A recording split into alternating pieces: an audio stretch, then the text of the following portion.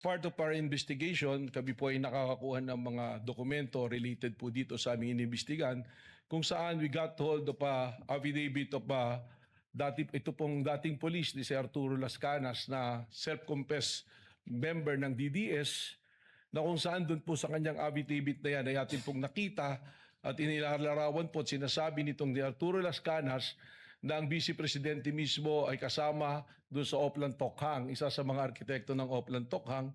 At dito rin po niya sinabi na instead na barilin at patayin para hindi nalalaman ng media, ay kidnapin na lamang yung mga subject po, mga shabu users o kaya yung pong ibang gumagawa ng krimen o nagtitinda ng droga at ibaw na lang po sa isang quarry. Na kung saan natagpuan po literal nitong Laod Quarry na mayroon po mga biktima ng extrajudicial killings. Mr. Witness, nabanggit mo ang affidavit ni Arturo Las Cañas. Nasaan ang affidavit na tinutukoy mo? Objection, Your Honor. May we know the relevance of all these questions? Your Honor, we're establishing the pattern of violence. And this is very much relevant. Witness may answer.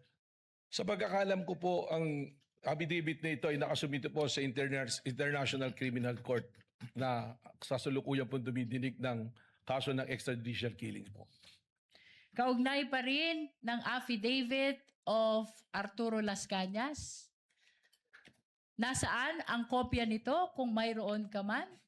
Meron po Objection, Your Honor. The witness is not competent to provide an answer on an affidavit that he did not execute. Your Honor, may I respond? Lead counsel may respond. Your Honor, this affidavit of Arturo Las Cañas can be considered as a declaration against interest. He's saying in the affidavit na siya ay hitman, na siya ay bahagi ng Davao Death Squad. And under the rules, Your Honor, this may be considered also even with respect to third party. And in this particular case, Your Honor, the Vice President, the respondent, is the third party. Just a rejoinder, Your Honor. Counsel for the respondent. Then we would have to object to that, Your Honor, because it will be Mr. Las Cañas, if at all, who has the personal knowledge. We're already going into the contents of such affidavit, and the witness is incompetent to testify on that.